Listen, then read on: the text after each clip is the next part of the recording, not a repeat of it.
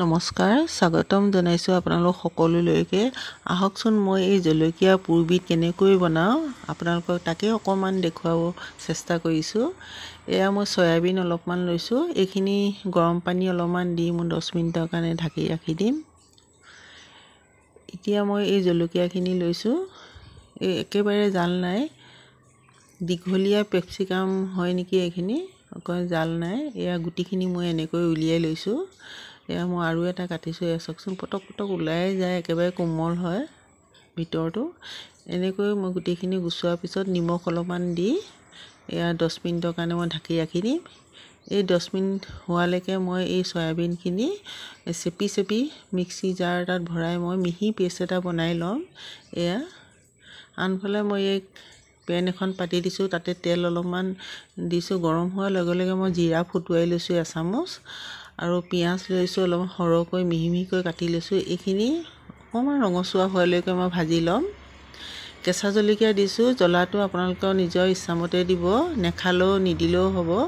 নহৰু আদা অকণমান থেতেলিয়াই মই দি দিছোঁ। এতিয়া এয়া পিচি থোৱা মই এই চয়াবিনখিনি ঢালি দিছোঁ। এইখিনি অকণমান সময় কেঁচা গোন্ধ যোৱালৈকে মই ভাজি ল'ম। এয়া এইখিনি মোৰ হৈ গৈছে। এতিয়া আলু বইল কৰি লৈছিলোঁ, এই আলুটো মই মেছ কৰি লৈছোঁ, এই দি দিছোঁ এনেকৈ। এতিয়া মছলাৰ ভিতৰত মই অলপ দিছোঁ, যিখিনি সদায় ব্যৱহাৰ হয়, জিৰা, ধনিয়া, জালুকৰ গুড়ি, এনেকুৱা জলকীয়া গুড়ি আপোনালোকৰ নিজৰ ইচ্ছামতে দিব পাৰে, মছলাটো যেনেকুৱা ভাল পায়। মই অলপ দিছোঁ, বৰ বেছি এটা মছলা নাখাওঁ। এইখিনি হৈ গৈছে মোৰ ভজা। এতিয়া নমোৱা আগে অলপমান টেঙা ৰস দিছোঁ।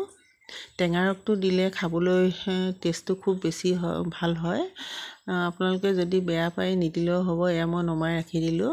এতিয়া এই জলকীয়াখিনি চাইছোঁ কোমল হৈ গ'ল। এতিয়া এই পুৰটো মই ভৰাই দিছোঁ এটা এটাকৈ।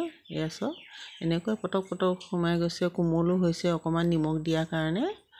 এইখিনি এনেকৈ গোটেইখিনি মই ভৰাই ল'লোঁ। আকৌ মই পেনখন পাতি দিছোঁ, তাতে তেল অলপমান দি এতিয়া এয়া পুৰ ভৰাই থোৱা জলকীয়াখিনি গোটেইখিনি মই উঠাই দিছোঁ। 10 মিনিটৰ কাৰণে কভাৰ কৰি দিম। 10 মিনিটৰ পাছত এয়া মোৰ হৈয়ে গ'ল। ভিডিঅ'টো চাই ভাল লাগিলে লাইক এটা কৰিব, ছাবস্ক্ৰাইব কৰি দিব।